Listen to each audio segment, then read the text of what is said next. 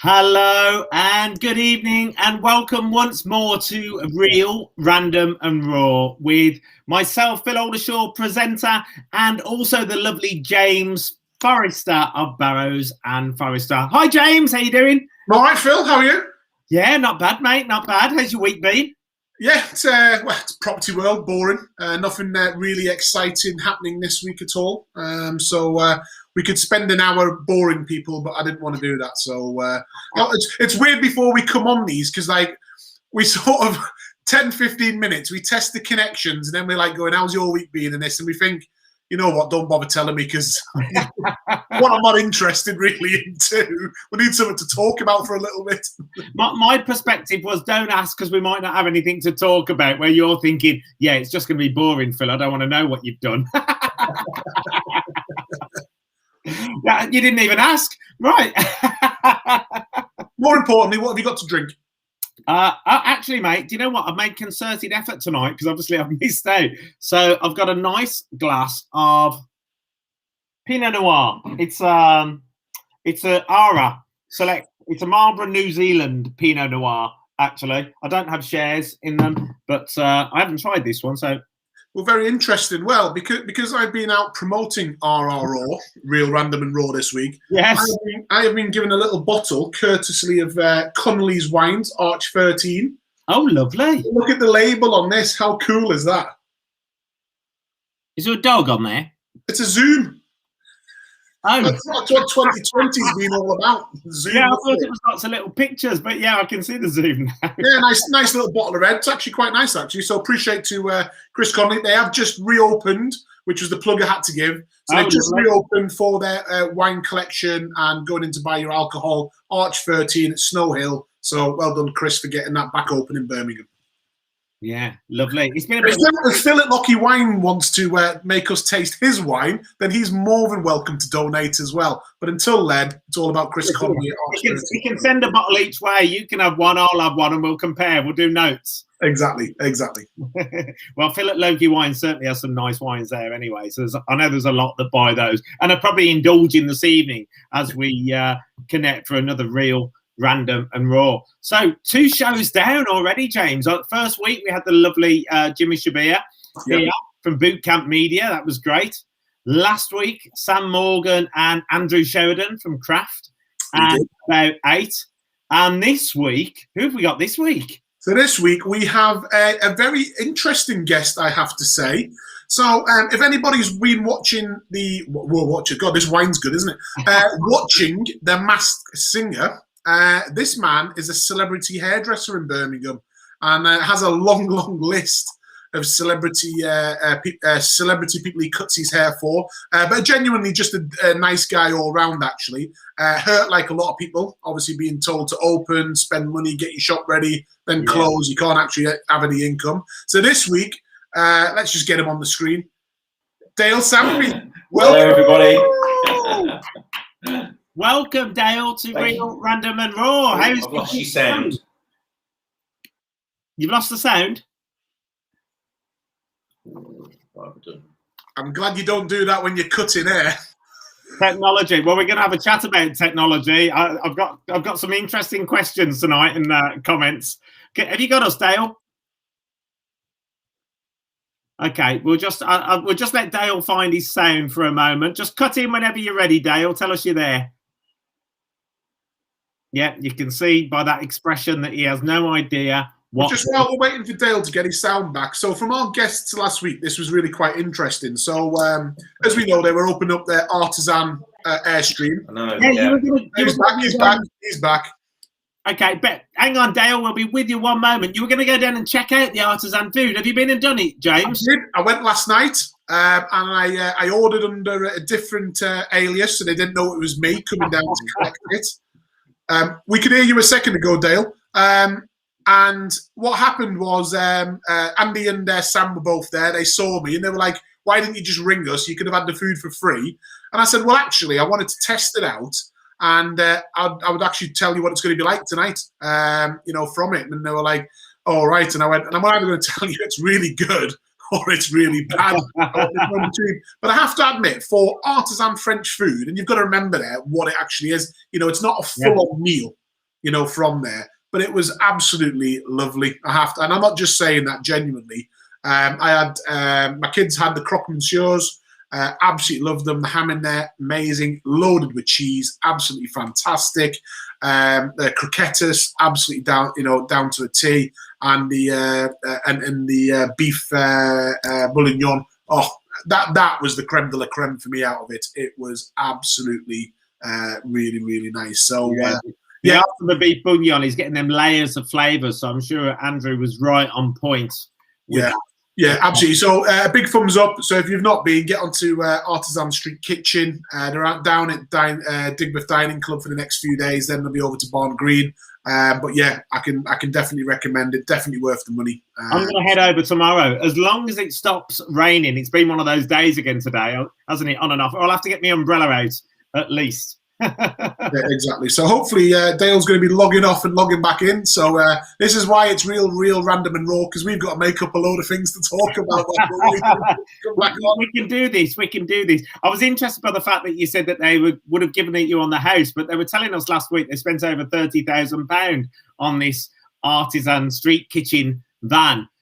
Cooking machine. So you would have thought they'd be wanting to recoup everything that they can, wouldn't you? So I think it's interesting because they've had quite a lot of interest since we put this on the show. They've had people contact them. They had, I think, I can't remember what they said. They were well over 100 covers, let's put it that way, for their first night. The bags were stacked, ready to go. So well played to lads, and well played to the other guys who were there as well. It's offering something a little bit different. And it's definitely worth it. And look, you don't have to live in Birmingham to go to Digbeth Dining Club. Just go onto their app. It's so easy to order. Nip down, choose your time, go and get it, rush back home, and it's nice. I actually had I had a Libertine burger. Now, I shouldn't be because I'm supposedly supposed to be on a healthy diet. But the smells were that gorgeous when I was there. I ordered one at the same time, so that was gorgeous as well. Well, I'm excited about the fact that, it's not just Andrew and Sam, who are great in themselves, but they've got other Michelin chefs. They've got Akhtar lined up. They've got Glyn lined up. They've got other guests going along to cook there, haven't they?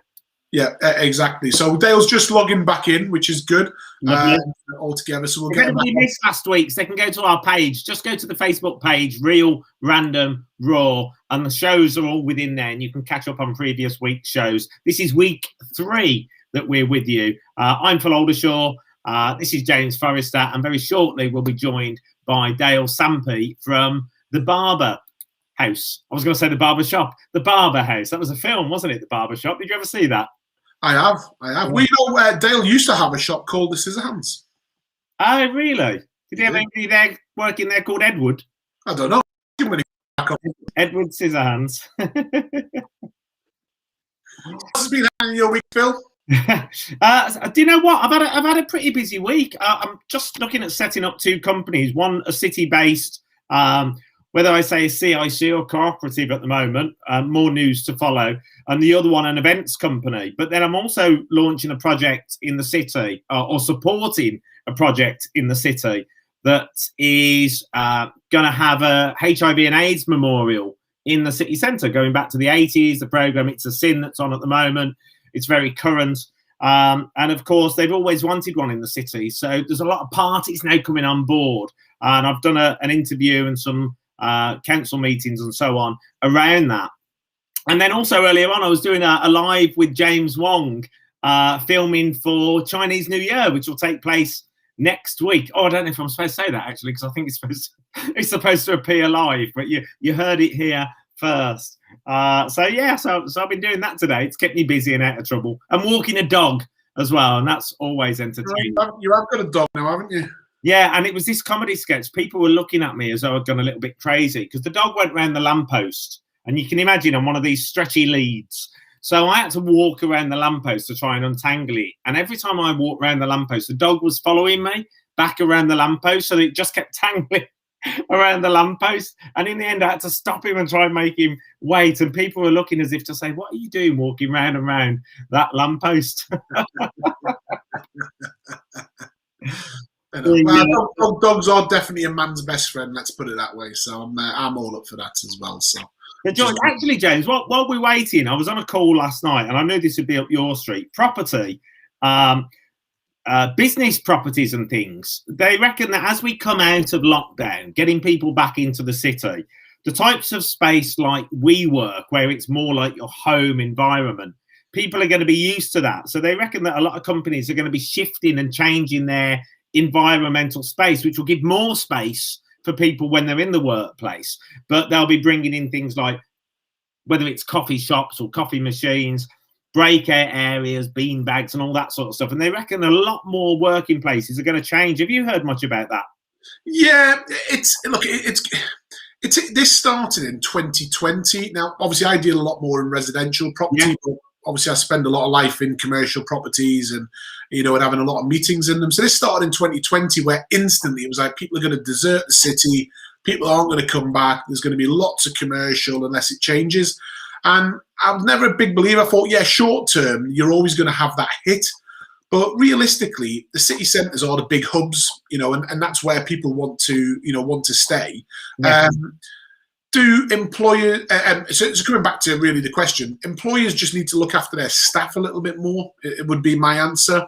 For example, in our offices, yes, you have your desks and your own workspace, but you have comfortable seating areas and meeting rooms, and but we don't have the space to have our own, big coffee machines or things like that. But then I don't put any restrictions on people going to the local coffee house to get coffee.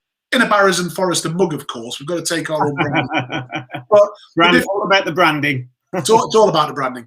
But the difference is they can get out there, and actually, I'd rather them get out and have 5-10 minutes. Every so often, in their lunch breaks. I force them really to try and get out there. To have breaks, because it's just good for themselves and their own mental health. And it was something we did, just funny enough. So yeah, I think will the work area change? I think so. Are we ready for the days that every company should turn into a Facebook, Google headquarters type of thing? No. I don't great, though, wouldn't it? That'd be great. I love what Google's like that. Apple, if you looked around here, I've got my Apple Watch, iMac, Mac Mini, laptop. I'm Apple galore. The only thing you don't see is the real apples that probably are good for me. But keeps the doctor away.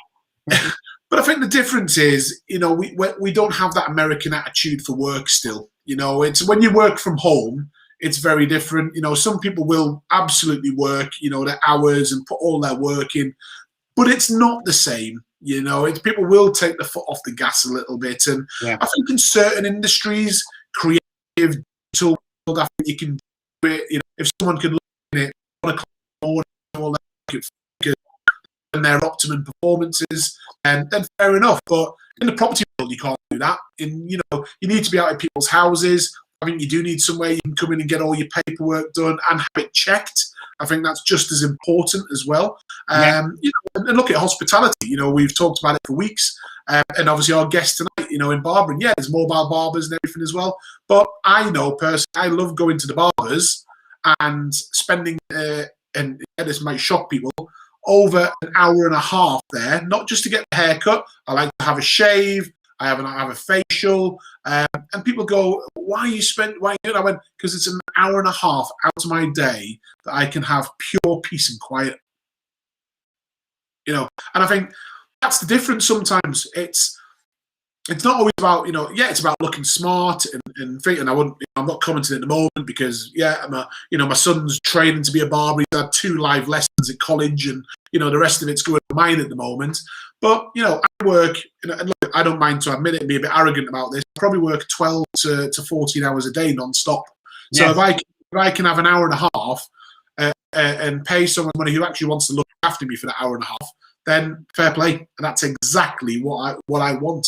And I think it's a great way of doing it. And hopefully Dale will sort out his internet connection or his laptop and can get on and tell us all about what his service is. Right, you commented about hair. You said I was receding earlier. I don't normally have a receding. I don't have a receding issue. We don't have it in my family. But actually, because I've changed my hairstyle, so it's not coming down or sticking up slightly, I've changed it back to an old hairstyle because it's got long. So I've just sort of brushed it all up towards the middle. But actually, James, I get what you were saying because with the light catching it, I do look as though it's going south. It wasn't. Well, it's always a joke there, Phil, with you about going south, but it's. Sorry, my life. But it wasn't me. She said it was when I was speaking to Dale, and I said, "Great, for coming on Friday." He said, "Yeah." He said, "Well, look, something I want to talk about is hair receding and obviously how you fix it." And he went, "Host Phil, obviously, you need some help." And I went, "Perfect. You can have a great conversation online with him." Then I'm blessed. My mind just grows and grows and grows. I'm like a bloody hairy monster. So I'm like, it's it's just one of those things. So, obviously, for everybody that's just tuned in, this is Real, Random and Raw with me, presenter Phil Aldershaw, and also James Forrester from Barrows and Forrester. He's the property man. If you need to know anything about property, speak to this man when he hasn't had a glass of wine. I'll probably give you more honest answer once I've had a glass of wine, Phil. I was going to say, I bet you're getting a lot more done now. You haven't got to go to these real B&I meetings and things after work where there's a sherry or two. Oh, I did say after work, actually. After work. Well, listen, obviously, for my B&I meetings, they do very well. We get a lot of referrals out of them. I know a lot of people do slag B&I off and the networking cult, but for me, it works. So, I don't really care if people slag it off. At the end of the day, I get 30, 40 times return on my money. So if you can tell me in form of marketing that can do that, then be my guest. And, they are brilliant. They're brilliant setup. And we like networking anyway. We network a fair bit, especially in normal times in the city. A lot of it's online at the moment, which isn't quite the same because you don't get to feel people's energies and share the moments and so on. But it is doing the job at this moment in time. But networking is key. And I guess what we're waiting for, Dale, to connect. What is it you love about networking, James?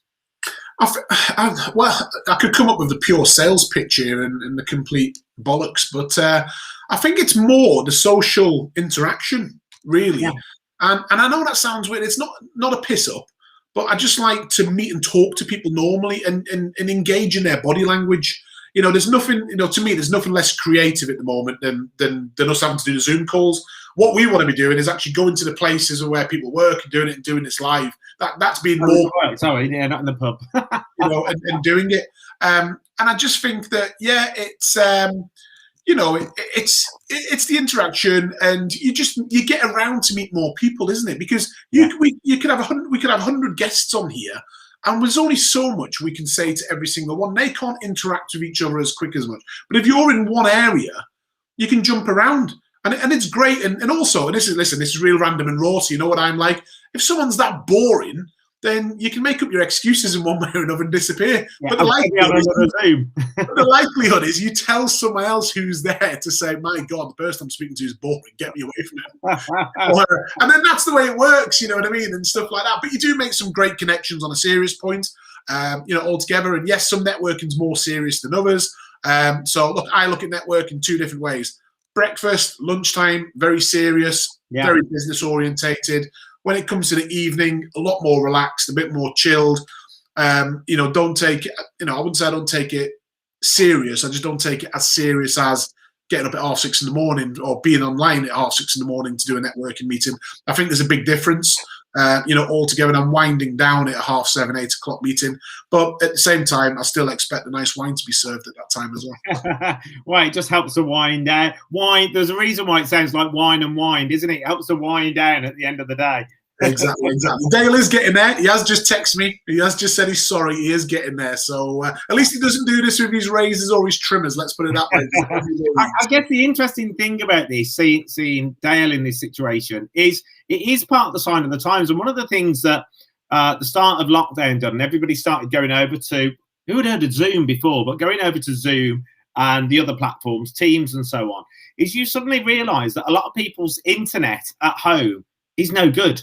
It's not very strong. So what BT and other companies have been selling us for years actually isn't that powerful in a lot of places. And people have issues and they have like sway pictures and internet connection problems. I'm fortunate. I live in the city centre. I live opposite the town hall. So we have something called fibre optic here. So mine runs at something like 250 megabytes. See, I sound as though I know what I'm talking about. I don't really, but it's part of a big network. But I know a lot of people that I've spoke to out of the city in different places. Their internet is poor and they have issues, and they certainly couldn't host something like this as well. Where are you based, James? Where's your signal? So I'm between Aldridge and Walsall as well. So everybody wants to hunt me down, then now you know where I'll be.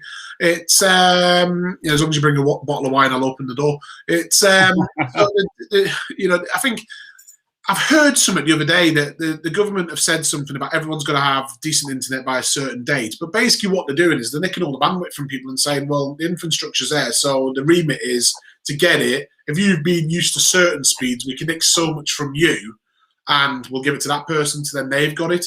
And you've noticed a difference. So look, I'm with Virgin. We're quite happy. Yes. On it. It'd be interesting if I did a speed test now to what I should be getting.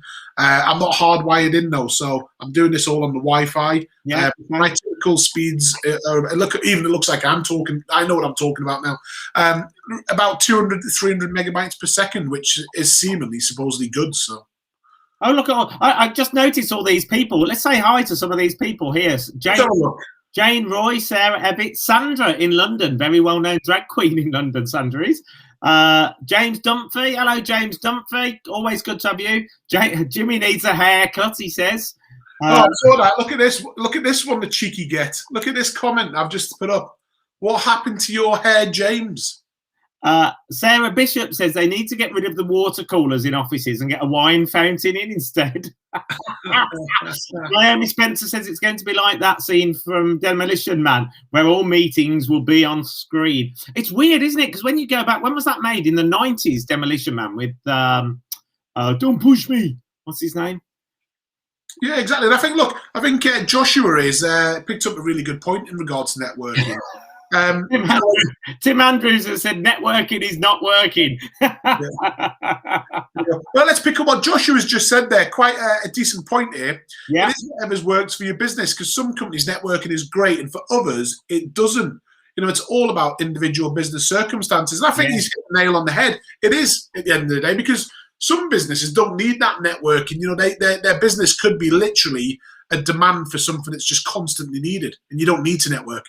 You know what I mean? It's, you've already got your own business and your traffic going towards you. So, yeah, great point, Joshua. I'd love to get all the feedback here that's coming through. Old Vanessa here. Just to let you know, Vanessa is the go-to florist in Birmingham. So for all the men watching this now, if you've not sorted out your Valentines, then get in touch with Vanessa. She has got some great bouquets, that you can send out. And if you've got daughters, he also has bouquets for daughters as well. I wonder where you was going with that then. Yeah, if you got daughters. Well, I'm not going with Vanessa because she's saying she wants networking walks. So I just know she's doing Valentine's bouquets. I don't know what she's getting at if she wants to go for walks at the same time. But listen, guys, if you want to buy bouquets and give them to her, she has said publicly she's looking for a lovely single man. So if you're single out there, then hit up Vanessa. Lovely. Vanessa, actually, I like them ones that look a bit like my hair at the moment. If I come down here, it's the Birds of Paradise. They sort of stick up like this with the tongue out, and they're purples and yellows. I like those ones, Vanessa, so you can always steal my heart with a few Birds of Paradise.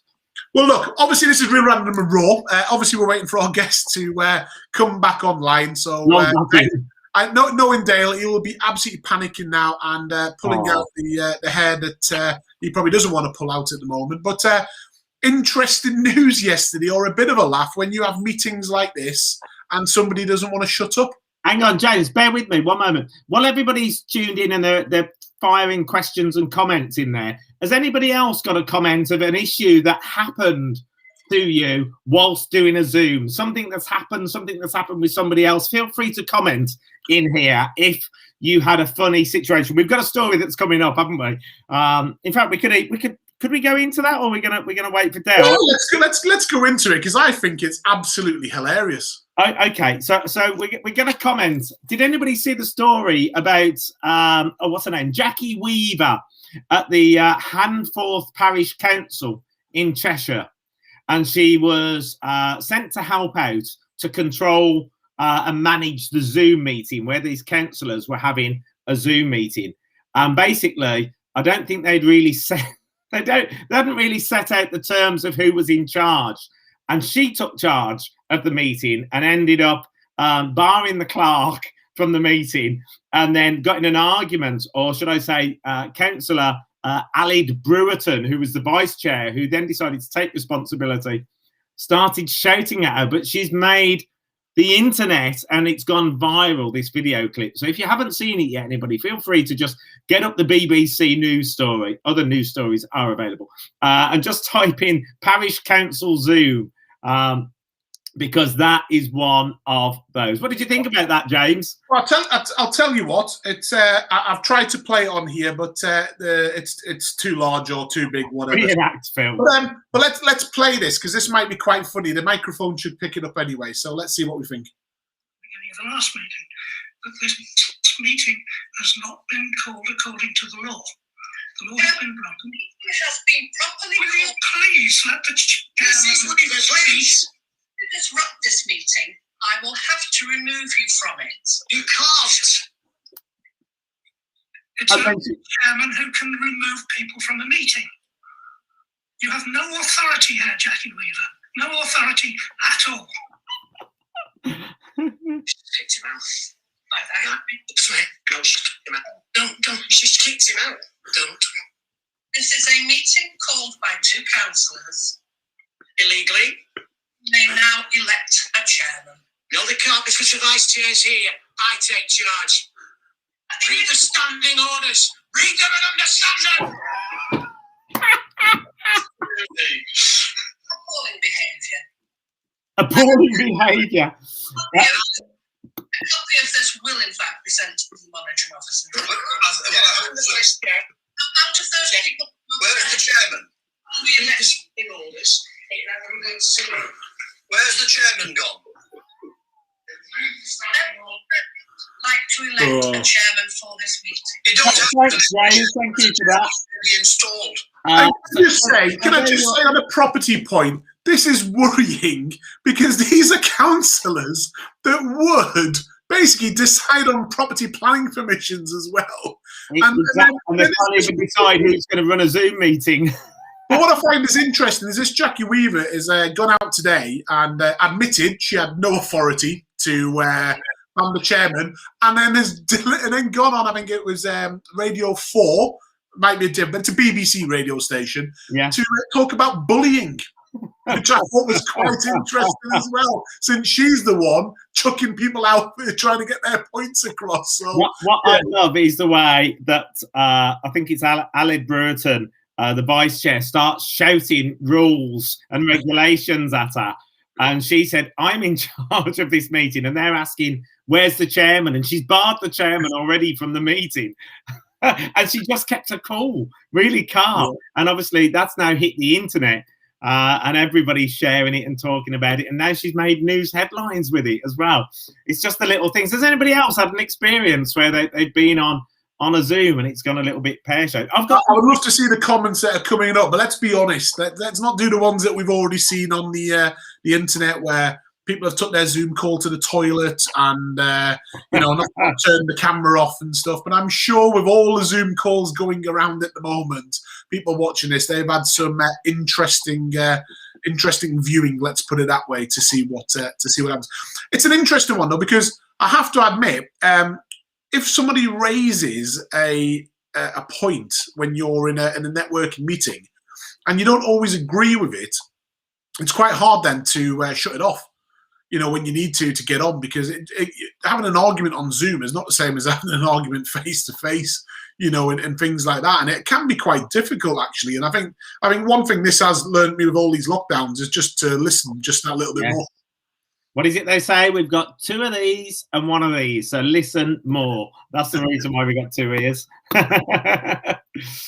Joshua Angel, who's on here, actually, he pivoted his company. So he had one company that was doing one thing, and he's pivoted and he's launched a service where he supplies products, whether it be drink, whether it be, his company's called Boxed. And they send packages through for companies, whether it's events in a box or food and drink in a box, all sorts of stuff.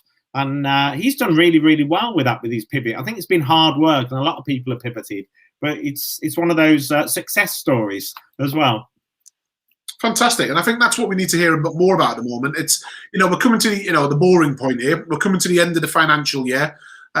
It's amazing. Look, me, the conspiracist in me, is all of a sudden all the news is very positive as the budget's getting coming, because is it give more money away, or actually everything's now all right, and we can do that. And look, it's great to see these positive stories, and one of them, it depends how you look at this. I saw it as a positive, was the man who raised over £33 million this week, unfortunately passed away. Oh, Captain Sir Tom Moore. But look at the positive of what that man has done. He's gone through wars and still was fighting till the very end. And I just think, look, if any of us have that fight when you get to an age like that, then amazing. Fantastic, you know what I mean? And these are the positive. I know, obviously, the unfortunate thing is he's passed away. So look, don't get me wrong here, but you've got to look at the positives of life. And I'll tell you what, if I can get to, I won't get close to his age, I can assure you of that. But if I have that same attitude when I'm a lot older, then absolutely fantastic. And I look at my own granddad and things like that at these times. Yeah. They were workhorses. They never give up. There was never an excuse. It was get on with it and let's keep going. And I just think now, and the people like Dale are our guest tonight, it's been taken out of his control. Where he wants to give men a good grooming experience, get the hair, beard trim, facials, shave, wet shaves, etc. They're the only ones that do proper shoe shining when you go in. So for example, if you're working, and you want to get your shoes and make sure they're all buffed up, you get that complimentary, when you're going in there. So obviously that makes a huge difference as part of the service. And I just think, you just can't have it. It's been taken out of their control of not being able to open up and do this. And you just think it's heartbreaking, because now we're on Zoom calls. When this first started out, then people didn't really care. Everyone had the big beards. Even I tried to grow a beard. I'm 40 years old, and it was like I was 16. And the rest. I turned 40, so 40 years old last year. So I was in, we were in lockdown for my 40th. So that, take that. So I'm waiting for this year to be 40 plus 1, so I can have the big bash. But even I tried to grow a beard, and I was like 15 in puberty. I just couldn't do it. And after 12 weeks, it looked like shit. And from that, and funny enough, I went to Dale and he trimmed it all up and he went, look, it's going to look good now and come out. I didn't suit it. I didn't really like it. So about 2 days later, after I'd already paid him to do it, I shaved it all off anyway. From that, but that's personal opinion. Some people can grow great beards and look amazing and stuff like that. I'm just not one of them. You think Dale's got bored and buggered off? What do you think? I don't know. Wine or a bottle? I don't know. He's not even. I think he's probably chucked his laptop in the bin. He's either in the kitchen that he was told not to go to at the moment, or he's driving into his salon in Birmingham because he's got a decent Wi-Fi connection. I'm not quite sure. I think Josh has commented back. He says, "Thanks, guys. Truly believe the businesses that have pivoted will come out as strong, if not stronger, than pre-COVID. We have this in our lives for a while, so let's just crack on and do what we do best, whatever that may be." Perfect comment. Perfect. Well, there's a reason why we got Dale on this week, apart from a few things to talk about. But have you been watching The Masked Singer? No. I'm not a reality person. A good friend of mine was actually on Big Brother 1. Obviously, we are talking many, many years ago. Loved it then, because going to all the pubs and nightclubs was great, because you got in for free and you got your drinks for free, and every girl wanted to know you. Loved it back then. But Dale did cut last year Lenny Henry, who was the Blob, who just got voted out on Saturday. Who's the Blob? The Blob is so The Masked Singer is a program where everyone's and you can't tell them.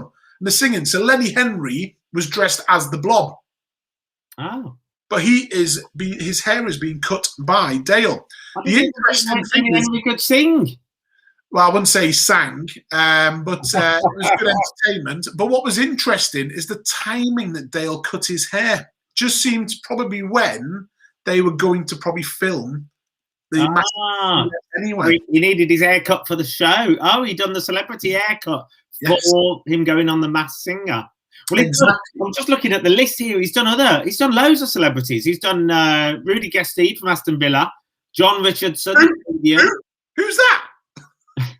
As a Newcastle fan, it's everyone's going to be who. Bruno Tanioli, you know, the choreographer from Strictly Come Dancing. I bet you like him, Phil.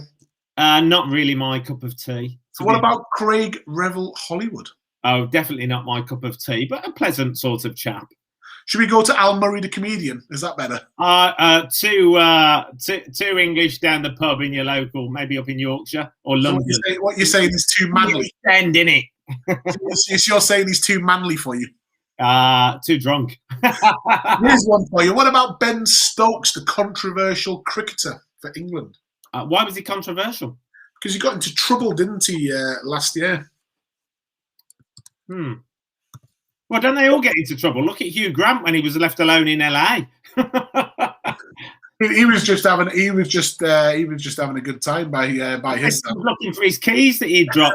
No, absolutely. Look, obviously cricket, it's all back on at the moment and things like that, which is great. But also looking down the list as well, which is really good, was as you said, you got John Richardson.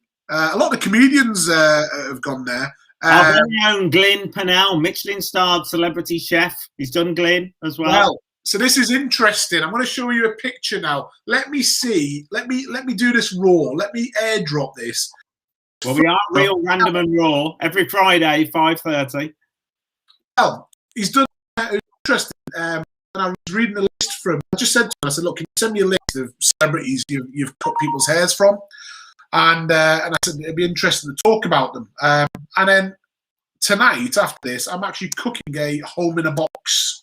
One of the home in a box. You're cooking a home in a box. You know what I mean? One of these chef boxes that you all put it together and everything like this. And it's from Pennell's. So so let me see while you rab it on for a little bit, because I've got to figure out how I actually put this on. All right, I'll let you do that. I think Jamil said that he served Lenny Henry back in the day. I met Lenny Henry. I bumped into him somewhere. I think it was in the old Birmingham City Club? Hello, Paul Lutus. Welcome to you this evening. Who else has he done hair for? Oh, Paul Turner English Bassett, I think his name is, from the Vamps. Yeah. It's nice. It's nice when you got celebrity guests. It's a good sign, isn't it? But it's just nice. Of course, hairdressers or barbers is the big thing now. But it's a really sociable industry, isn't it? So you're spending that time chatting away with your guests, and everybody has a story to tell. They always say there's at least one book in everybody. So the opportunity to be able to chat with people, and if you get celebrities coming in as well. Oh, hang on. Oh, we're getting there. Oh, hello. Is Dale in the house? He's getting there. We've got a voice in the house, I think. Let's see if he comes on. This is, we was talking about connection and broadband. He's probably out in the stick somewhere. They need to go to Dale's house for certain. He's in Evesham or something like that. Can I just say this is a good job? This is not sponsored by Apple since he's using a MacBook. But I would love to know if he's got BT or Virgin, whoever, because that'd be quite interesting. So can you hear us, Dale? There we go. There we go. Look at that. Wow, look at that. So what you got there? Talk us through it. Oh, mate, it's well, to be honest, I think I need to get Glenn Pennell to come back and cook it. I'm sure it's going to be beautiful when it finishes. And listen, I'm not dissing it because I'm sure it'll be lovely. Look, I love to cook as well, but there's tons. That is a beautiful collection. How many is that to feed? That's going to feed probably 3, 4. I like to eat for 2 or 3 people. So wow, yeah, there's a lot there. You just got to read the instructions right, otherwise you'll be putting them in the wrong dishes or in the wrong order. Anyway, Mr. Dale, sorry, apologise, technical hitch. Welcome, Dale. Welcome. We want to know who's your broadband with? It's with BT. Oh, there you are. Says it all. BT. But funnily enough, that old-fashioned thing where you tried everything, and then you turn it all off and turn it back on, and it works. Oh yes. What's that all? So that's what we did. Well, Dale, Turn it all off and turn it back on. well, great to have you on the show. We're talking about your. Let's hit straight into it, because everyone's heard enough of me and Phil now. You're a celebrity hairdresser. You've had quite a few celebrity faces through your door. Let me ask you the right one. Who was the best one you've had? Craig Revel, Hollywood. Oh really? Why is that? He was the best one. I think when he came in, he basically filled the room with his personality. I got to have a little dance with him as well, and it was he was entertaining. He was just a real entertaining guy, to be honest with you. I think he was doing something at one of the theatres in Birmingham and popped in for a haircut. It was great. It was great. It was great to see him. Fantastic. Now, we always ask who's the best, but to be honest, what everyone is interested in is who was the worst. Who was the worst? Do you know? I think that there, some people come in and we don't, like some of the footballers. I don't follow football. We don't always recognise them. Yeah. But I guess I wouldn't say the worst, but different to being on the telly was Lenny Henry. Okay, well, that's what I got. He's been voted out this week in The Masked Singer. And I was just saying to Phil, I went, it's funny because when he was in yours last year, roughly, it would have been interesting if that's when he was going off to film The Masked Singer, just shortly afterwards, probably. Maybe, yeah. He was just very quiet when he came in. I think there was a phone call. Can we book Lenny Henry? And we thought this is a wind up.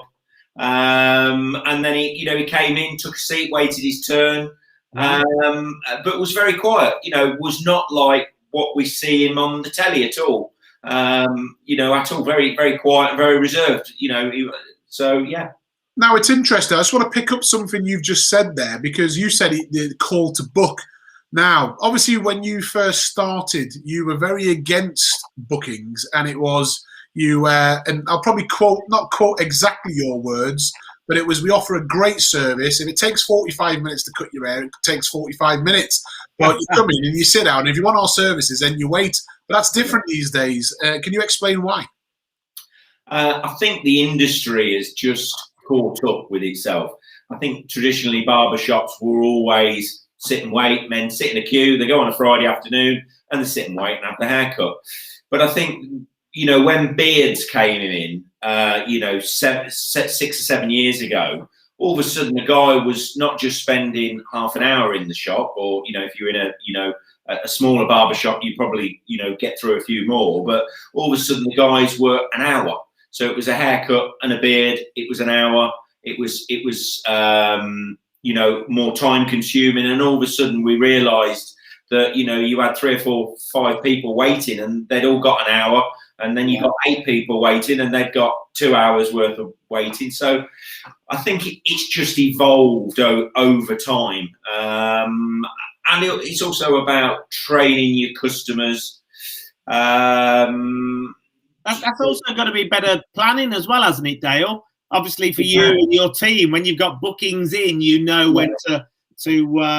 I mean, we originally started off and we said telephone appointments. We'll go telephone appointments. We've got full control over it. Then we can, make sure that we've got people where we want them. But I think we then quickly realised you've just moved there, Phil. It's James playing around with the buttons. Did you not like that? Real, random and raw. We both got access to the studio at the back, and he just thought he'd have a play around with it, which completely put you off centre. I quite like where I was, actually. We realised. I tell you I'll put you back then.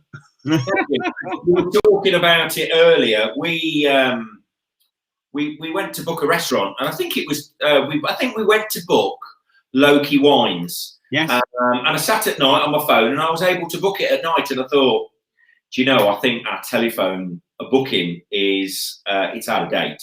We need to be online on the app. Yeah. Be on that platform that we are, which a lot of our competitors are on. Which kind of works for itself. It brings us new people. We can promote the business better that way. More people see us, because nowadays everybody's looking at their mobile phone, aren't they? So, if you can't book at 11 o'clock at night or 12 o'clock, or, we see the bookings come in, and they come in at all particular time, all sorts of times, really.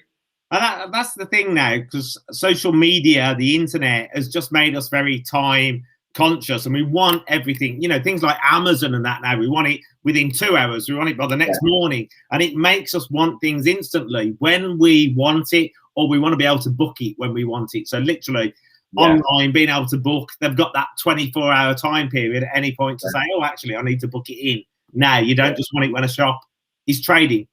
Yes. Yeah, I think the thing is with men, what we've noticed, different to women, is men now want an appointment, but they want it in 20 minutes.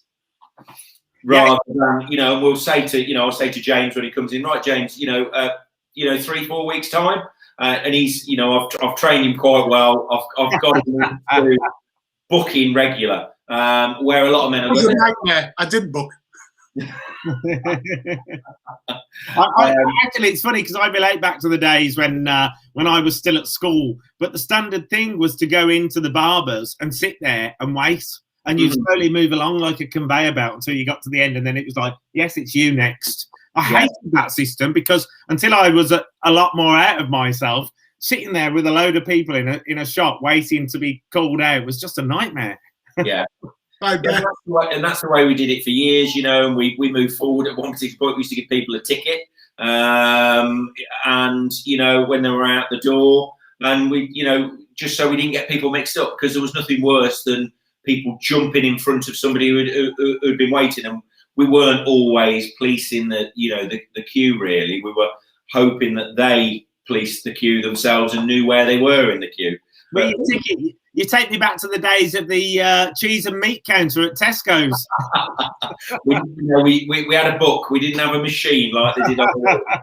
Let's obviously we could go into the past bit, and there's no point. And obviously you've been hurt like lots of other businesses where you're not allowed to open. But we could talk about that, and everyone go, look, we've heard all that before. It's all about moving forward, and you've not even though you're being hurt business-wise, you haven't sort of sat there sort of wallowing. You've actually got on with stuff in the barbers, and you've got some new exciting treatments and modifications that you have now done on Waterloo Street. Yep. We're looking to offer men more. We're looking to offer more services. Just make sure that's more services and barbering, Dale. Puts a smile on the face. We've introduced new services on the the menu. People can have a Tom Ford facial, which you have, James. We do a Tom Ford shave. We're offering micropigmentation.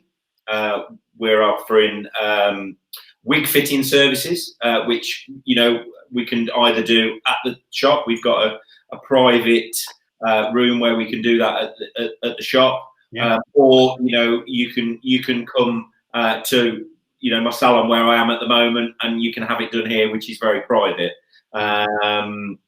which is at my home. So we're looking all the time to try and keep in front of what everybody else is doing, really, and being able to offer more. So how many sort of services do you offer there now, Dale?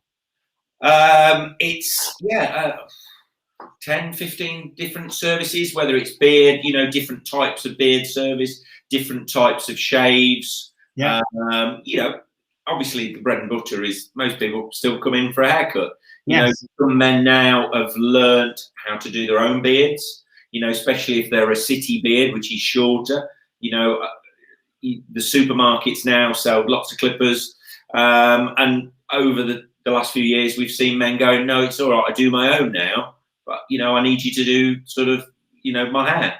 So we're just trying to add more things in that we can offer people, really. What about what's very big now? And I know quite a few people that have had it done, like hair transplant. And I know it's very specialised. Yeah, something like that, because obviously if you can get them to put the hair in Yeah. You've got accustomed to be able to cut it again when it grows. Is that because you're worried, Phil, about your receding hairline? I don't know. Is it? I don't know. Well, let's ask the expert. What does he think? What do you think, Dale? Is that receding? Well, as we age, we do lose hair. Hey. Some more than others, and it does. You tend to look. James, you got plenty there. You tend to look at. You instantly always think, "Oh, my dad's got a good head of hair. I'm going to have a good head of hair." But a lot of men sometimes follow after their mum's side, so they're like their mum's dad. So sometimes you've got to look at, if mum's dad is bald, there might be a chance that you've got that gene, and you follow that side, which is like me. I followed my mum's gene. At 38, 39, my hair started to fall out. Well, my granddad at 94 could still put on a Christmas hat and soak it with Brill cream because he still had a full set of hair and it would go through his Christmas hat, which was always comical.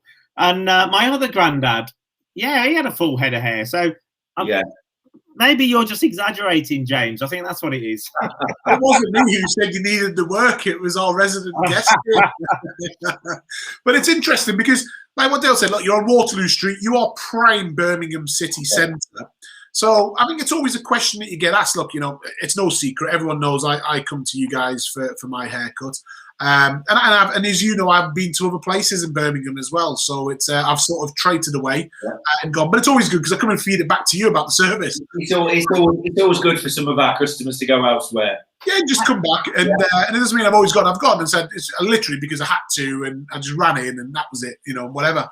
But a lot of questions will come and they'll go, why do you pay, and correct me if I'm wrong here, I think it's $27.50 for the haircut. I don't get any discounts, so if people are thinking I get a discount, I don't. And I'm not going to get it after this. And you can go, but I can go to the corner shop for 10 quid, and they're going to go, what's the difference? And what the difference is that this barber can afford champagne, and that's why. Apple juice. Yeah, it could be Prosecco in there, actually. Obviously, it's apple juice, but it looks like Prosecco. But it's a valid point because I'm sure a lot of people do walk in and they'll, when they're walking off the street when you're allowed to be back open again or when you're open, and they'll just go, no, the question will walk in, can I get my hair cut? And then normally the next question is, well, how much is it? Yeah. I think a little bit like the guys you had on last week, we offer the experience. So it's what you get, for that as well. To start off with, we're licensed, so we're able to serve. So, every haircut comes with a complimentary drink, whether it be, a latte, cappuccino, a bottle of beer, a gin and tonic, a glass of wine. We're licensed, so we're able to offer somebody a drink. And if they want another drink, we're able to sell it to them. So, we're also able to offer people a shoe shine. Everybody has their hair washed, and it's a nice environment, and it's more of an experience, than just getting your hair cut. We're not a conveyor belt. We give people a good amount of time. And it's more of an experience. It's more of a gentleman's club.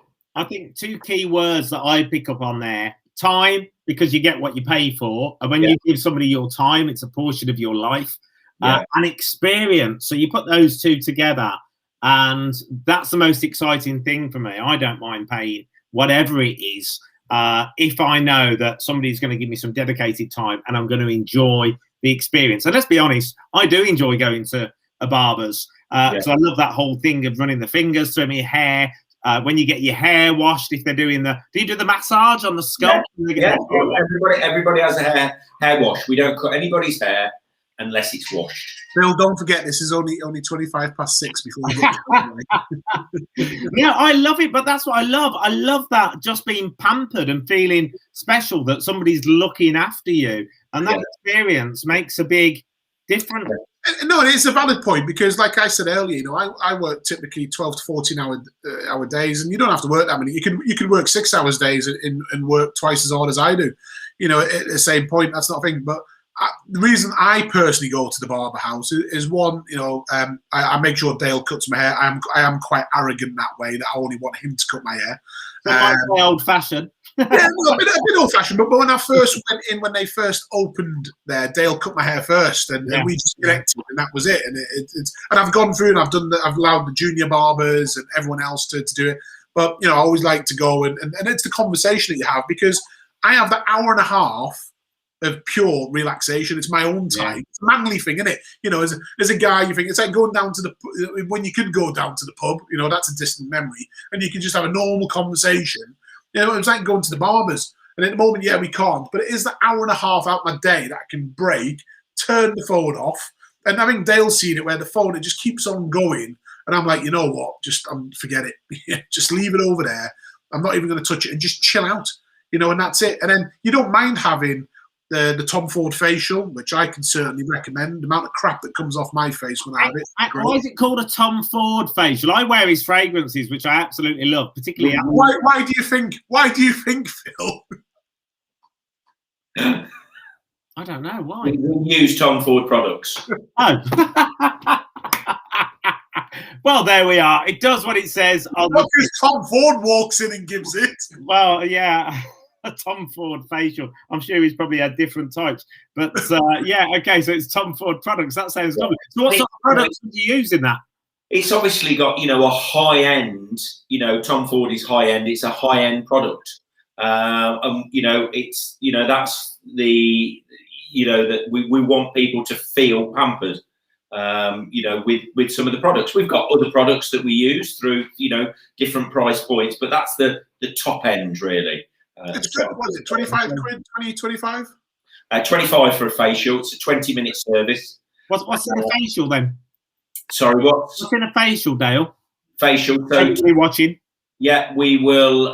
We'll use cleansing oil to start off with, which will help clean the skin. We'll then scrub the skin with the Tom Ford scrub. We'll get all the muck out.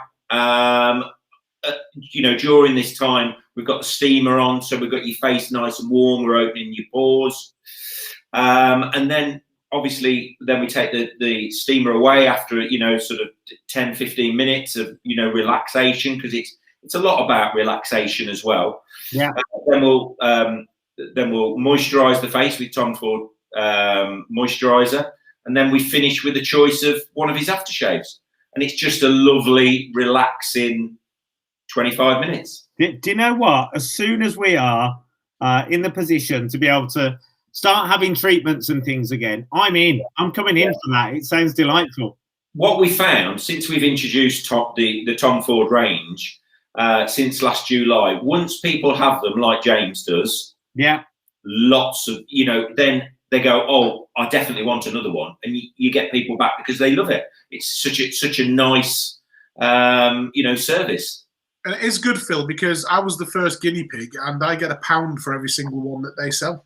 I wouldn't be surprised at all. So tell us about, what is it you've done with Peaky Blinders? Peaky Blinders, yeah. We got approached a few years ago now, and they asked originally if they could use the shop for the launch of Series 4, but I think they realised that we were on Bennings Hill at the time, and the shop wasn't quite big enough. Yeah. So they decided to use the Bull's Head just off Broad Street, and they asked us over, and they let us have a room in the back of the pub, and we did a pop-up blinder barber shop. We took some furniture over. They did a live stream on Facebook, and we had to do all sorts of different. We did a Peaky Blinder dog haircut. We did an old lady with a Peaky Blinder. They tried to make it a little bit of fun. Really, there was quite a lot of prepping at the very start of the day, because they wanted a flow of people coming through to make it interesting. Yeah, so that they actually had me doing a full haircut, and then I had a couple of my staff that were doing all the quick stuff, and it was rolling all the time, and the comments were coming in. So did you all dress the part? We were all dressed the part. Yes, yeah, we were. Yeah, And then we did the festival, the Peaky Blinder Festival, where we were contacted and they just wanted us there cutting hair. So we took our stall, and it was we did by appointment, and it was free haircuts for anybody that wanted it. And there was lots of people came up and said, "Can you do me a Peaky Blinder haircut?" So we weren't paid per head. We wanted to, it was our name. So we gave everybody, the right amount of time and sent out lots of, nice Peaky Blinder haircuts. We did all the models on the catwalk, which was nice. They were, really interested and nice guys. They did lots of modelling work. So we prepped those before they were on the catwalk as well. It was great. It was just wonderful to be involved. It must have been a great experience, but what did the staff think about trying to put that chair in a van to get it there? They realise how heavy they are. And I'm getting a little bit too old to be lugging them about myself. So, yeah. It's interesting, Dale, because I want to pick up a point that you said earlier, and you've just said that about an age thing. So, obviously, we all get older, and as you mentioned it, and we mentioned earlier that I'm fortunate that I take after my dad's side on all my hair. There you go. But I'm actually a mum's boy at heart and everything else. But you mentioned about the hair loss, if Phil's getting but what a lot of people might not know is you actually lost a lot of your hair. Yes, I did. Yeah. Late 30s, it started to fall out. Dad how hit you as a man, like in your own confidence? There's because I have to admit, I've always been, proud that I've got my hair. And you see me when I come in, I'm like, come on, it's touching my ears. I can't cope anymore. But if all of a sudden, I've got one, you'll love this, from the gang show in the Beavers when I was like 6 or 7 and my dad wouldn't pay for my haircut. So I took his beard trim and I was like that. And I was like, that'll do. And then until my mum saw me in the morning, there was like clumps of hair missing. And I went to the barbers and they were like, the only way you can do is just take it all off. And then I had to do the gang show. And of course, everyone ripped me for it. And back then you thought, well, as a kid, it's a bit funny. But I had to think I was 30 years old and I was starting to lose my hair. Personally, it would hit my self-confidence. So how did you find it? Yeah, I think that, you've hit the nail on the head, really. I think especially when you're in an industry where people are always looking at you, really, and you stood in front of a mirror for lots of hours a day. Yeah. I think, it's a gradual process. It starts to get thinner. So, you over the years, you see the people, they either grow it really long and try and hide it, or you go with it and you cut it shorter. And that was where I was going. It was getting shorter and shorter. And when I went out in the sunshine, you could feel it on my head. I used to then have to start wearing sunscreen on my head, and vice versa. When it was cold, I had to have a hat, started wearing a hat. And I thought, I'm not happy with this. My dad had a great head of hair. His hairline was somewhere here, and he used to comb it all back. And I used to think, why is my hair falling out? And it was my mum's side. And it was when a customer came in, and he said, Dale, I'm going to Turkey for a hair transplant. Ah, yes, yeah. And I said, oh, you're brave. He said, look, I've checked it all out. They've got great reviews. This is the place to go. And I thought, I'm gonna watch his journey.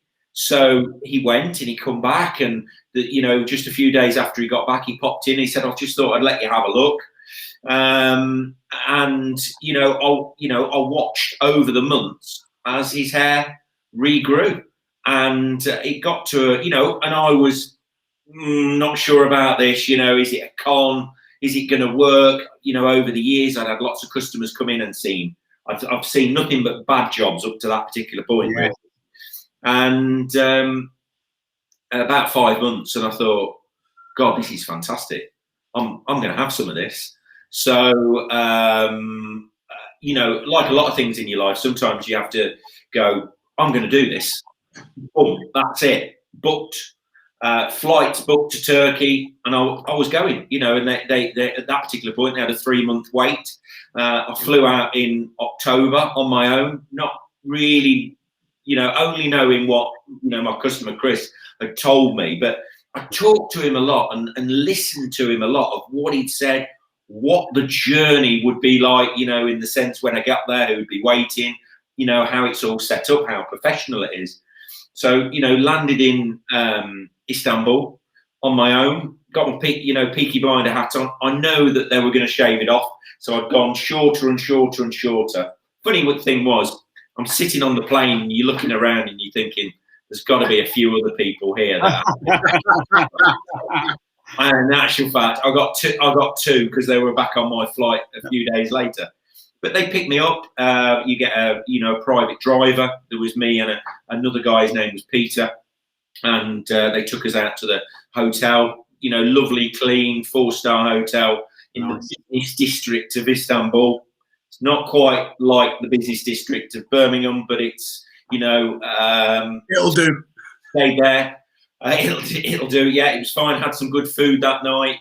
No alcohol, so you can't drink the night before. They tell you that your driver will pick you up at 8:30 the following morning. He's there 8:30.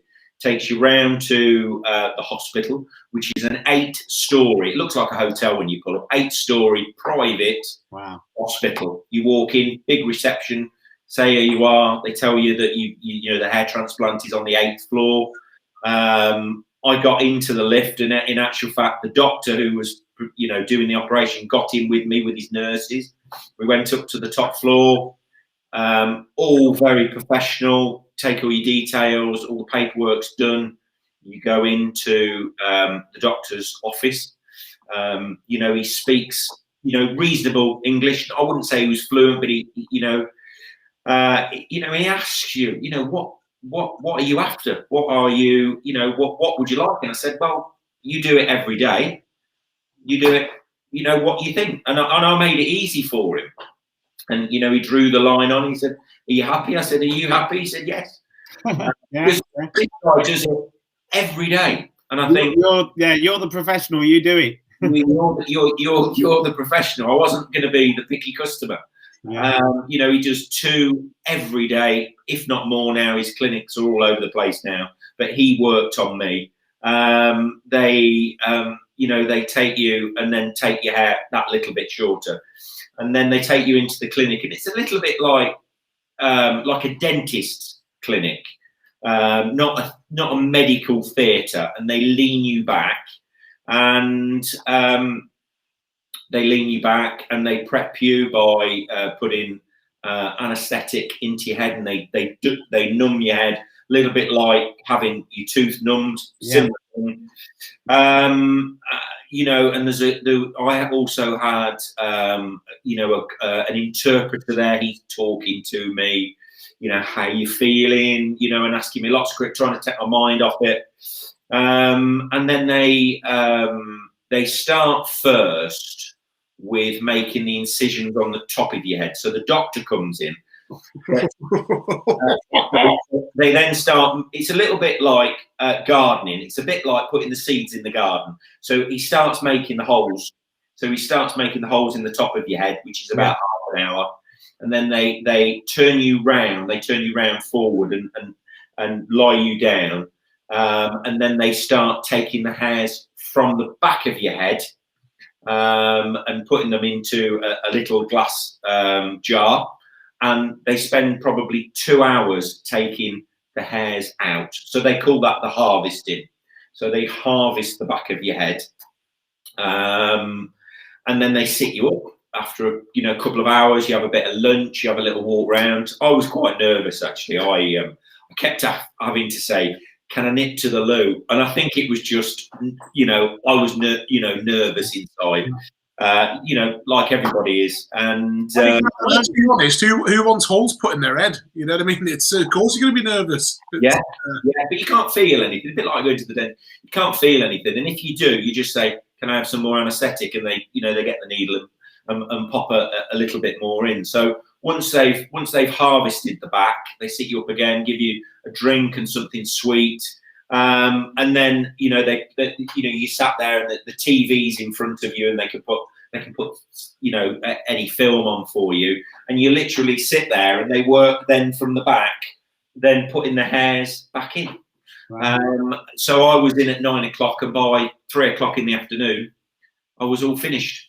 So how long did you stay in Turkey for afterwards?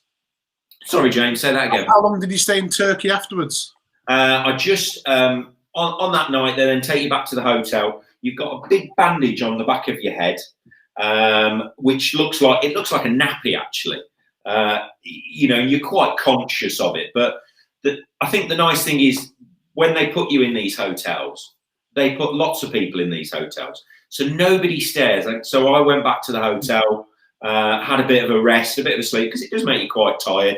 Went down and had some dinner at night. Took a book with me, found a nice little corner, sat and read my book. And there was a couple of other blokes in there walking around with bandages on their head. And then the following morning, they pick you up, take you back to the hospital. They wash it, they take the bandage off, wash it, clean you up, make sure everything's okay, give you a goodie bag of and a list of things to do, and then take you back to the airport. So they don't give you that German shampoo that what's it called? With the caffeine in it. The red one that, you know, you see in the advert. No, they don't. No, they do give you a shampoo, and they give you lots of little potions to put on. You know, antibiotics for the first, you know, couple of weeks. But I guess the strange thing is, you know, you walk back into Istanbul airport, and at this particular point, they've taken the bandage off. I believe they've now changed the procedure very slightly. They leave it on now, but when I was there, they took it off, and they give you this black headband around here, and it's got the name of the clinic across the middle, and they say, don't take that off. Now, I think they only do that to advertise as you're walking through the airport, but so I'm standing there and, you know, quite conscious. You can't put a hat on, you can't put anything on your head, you can't knock it, you've got to be really careful. And I stand at passport control behind a group of, I think there was 5 other lads as a group, all with black headbands on. Nobody takes a blind bit of notice at all. And, you know, Istanbul is the hair capital of you know, the world, I think, to be honest with you. Now, I know Phil's going to dive in here, but I've got to ask, because I'm the one who likes to ask the random and the raw questions more. It's how did the family take it, and how did you take that personally? Because obviously you've come back, and you know, you've discussed it and everything. But you've come back, you've got a lot of holes in your head, type of thing, and a bandage, and obviously not looking your best. Let's be honest. Looking, you can be self-conscious. How did you find that, and obviously the support that you got? Was it I think like with any open, it's an open wound, and as soon as the air gets to it, it starts to heal. But you go through the shredding period where it dries. But I guess the biggest thing that you notice in those very, very early stages is you've got a hairline that has gradually over the years gone back and you've lost. But all of a sudden, it's back where it should have been. In Ashvat, it's better than it used to be. I'm taking notes. You know, I was conscious. My little girl, she didn't particularly like the look of me for a few days, but you know, after a little while, everybody sort of gets used to it. I started wearing a Peaky Blinder hat in the shop.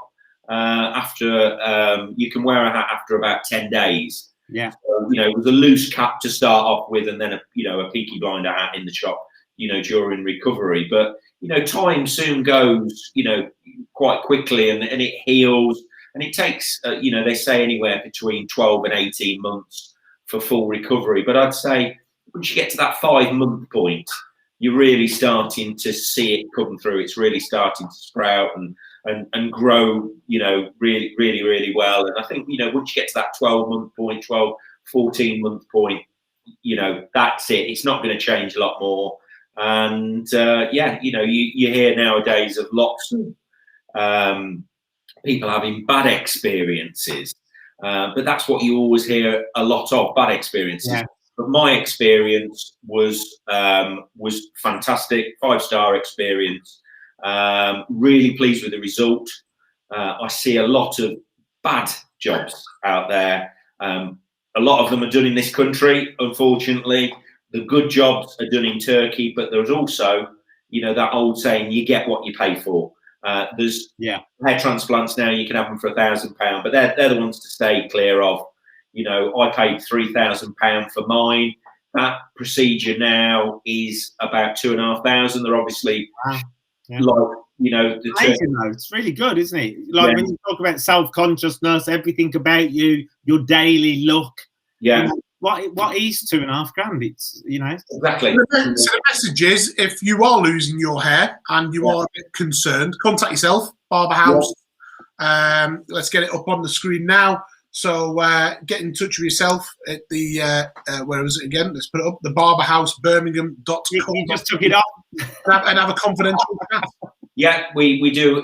Consultation is free, whether it's for a hair transplant, which we do a referral service to. We also do an accompanied service. If you're really nervous, I'll come with you. I'll go with them to Turkey as well while they're in there. I'll have a holiday. Yeah, I was going to say, if you need anybody else to support people going abroad, then count me in as well. I'll accompany people over there if they're feeling nervous. People are very nervous. They are very, very nervous about it. I think it's the point of going out to Istanbul. But I've had 8 of my customers go at the moment, which I've referred people, either customers, people who have come through, people that know me, and I've seen nothing but good jobs come from that particular hospital in Istanbul. Right, well, Dale, question for you, because I know time's getting on, and you can blame BT for that.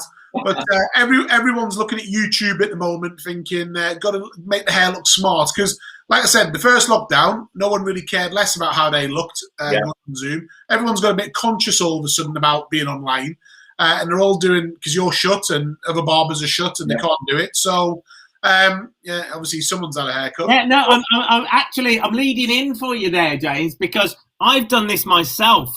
But what I've been doing, I wouldn't do the top, although sometimes I cut off the front when it gets too long, and then sometimes I snip it out of angle and I cut too much off. But I've got exactly what Dale said earlier, some of those shavers where you can change the settings on it. And purely for Zoom calls, I've been just tidying up the sides and just like trying to do my bit. So I know where you're going with the question, but I was just going to say, what do you think of what I've done here? Look, it's all right. Zoom call, isn't it? Nice job, Phil. So let's ask that question. What is the #1 tip to look smart for your Zoom calls while you can't get to your barbers? Don't turn your camera on. What we would always recommend is leave it for as long as you can. Really try not to have it cut. You're not going anywhere. You're not missing anything. Obviously once we get the nod when we can reopen, where the appointment system is open, get booked in. But we'd say leave it. If you did really have to cut it, don't try and do what we do. Get yourself a set of clippers, like you, Phil. Yeah. Maybe have it a little bit longer, #4 or something, and leave the top. If you clipper in the side yourself, or #4 all over, or something like that. Don't try and blend it, because that's where the skill comes into it, really, and that's why it takes me, 2-3 years to train my young guys to come through, because not everybody can do it. We make it look easy, and it's not easy. I'll give you a perfect example, actually. So obviously I live with my partner, and one day I went to do another just tidy up here before I was about to go on a Zoom call, and he'd changed the settings. This is not a cleaning show. This is the real random and raw. He had changed the settings. He changed the cap that goes on there with a different size, and I went zump. And I took a great big clump off the side, because it wasn't the longer one, which I thought it was. It was a shorter one. So I ended up with this bald patch on the side. So all the way through the Zoom, I'm sat like this, just doing one angle. You had to be there, really. Sorry, Phil. I thought there was something else coming. No, that was it. Anti-climax. Yes. Right, so obviously, hopefully you'll be open soon. We don't know when, but obviously absolutely fantastic to get you on tonight, and definitely for when people getting back in the city centre, as you said, getting a great haircut, doing the professional job, going even just for an hour relaxation. The service books. Where can they find you? They can find us at Neville House, 14 Waterloo Street, Birmingham. Any landmarks near you, Dale? Fumo, Purity, the Council House. Yeah, we're not far. Good, well trained. You didn't mention the estate agent, so I'll keep coming back. you're just a stone's throw from me. Literally, I'm opposite the town hall, so I'll have to take a walk along, and I'll walk the dog down to see you. Please, yeah, please do. We've just installed. We've now installed a coffee champagne bar in there, so you can just come in and have a coffee and or a glass of champagne if it's James, or a bottle. Champagne. I'm in for bugger the coffee. I'm in for the champagne. Listen, after this, my complimentary drink will be a bottle of champagne. I can assure you. Just come and have a drink and sit in the environment if you don't want to have your hair cut. You know, as I say, we're fully licensed and we really haven't used it to our full advantage. So we're going to have some, you know, interesting drinks. We might do some cocktail afternoons again. We've got Jameson. They keep chasing me all the time. They want to come and do something one afternoon. Wow. So, yeah, looking forward to them coming in and doing some whiskey things. Good. Brilliant. Dale, before we disappear, anything that you want to say to everybody that'll be watching now or later on? Thank you for watching, everybody. Thank you. Sorry. Thank you for having me. Any questions about hair loss or hair in general, you can contact us on the Barber House page. There's an email at the bottom of the page, and I answer everybody's email. So if there's anything anybody wants to know, you're more than welcome to email me. Yeah, Matthew Taylor says, all the best, Dale. Looking forward to seeing you and the team again and having a drink at the new bar. Jimmy Spear says, whiskey things, that's dangerous, but he's looking forward to seeing you very soon. We just need to clarify, the barbers can touch the Tom Ford aftershave, they can't touch the alcohol. That's right. Well, yeah, I have caught some of the lads having a little squirt, you know, but the cost of it, I do say to them, look, go easy on it, guys, you know. Lovely. Look, great, Dave. Great to have you on. Absolutely amazing. Thanks for inviting me anyway. Celebrity barber. Only joking, obviously, for the apology there. BT, get your compensation ready to come across. Stuff like that. But Phil, moving on. Obviously, we're coming up to next week now. We've got some exciting guests as well as Dale coming on next week. Yeah, we've got quite a collection next week, haven't we? Tell us who we got, James. Having a 7-son. Have you ever had a 7-son before? A 7-son? Are you asking me or Dale? Hang on, where are we going with this? Have either of you had a 7-son before? No. Well, definitely on this live studio. If we've got 7 on, that's going to be really entertaining for who's talking and also the reception. But you think you've got it bad with Dale and BT. You wait till you get 7 people on this live stream. We have some very exciting news coming next week. Does everyone remember the Muriel and Digbeth, all dedicated to COVID, the NHS, the key workers? I was there, yeah. I was there supporting it. I went up on the crane doing some filming. Brilliant. Yeah, well, we have not only just the best graffiti artist in Birmingham and the UK, he just happens to be the 3rd best graffiti artist in the world coming on. Gen 48. You've got Gen 48. We've got Gen 48.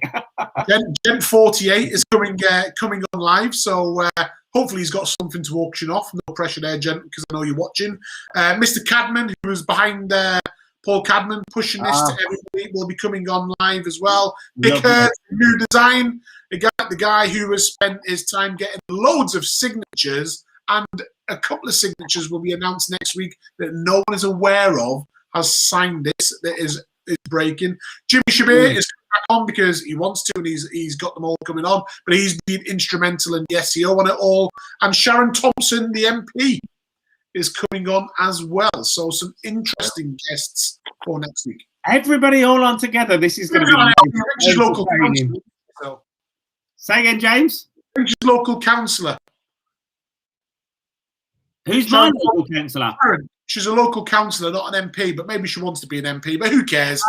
Yes. Well, I put them all into the same category, but she's amazing. I love Sharon anyway. I've got a very good relationship with Sharon. All right, next week at 5:30. Lovely.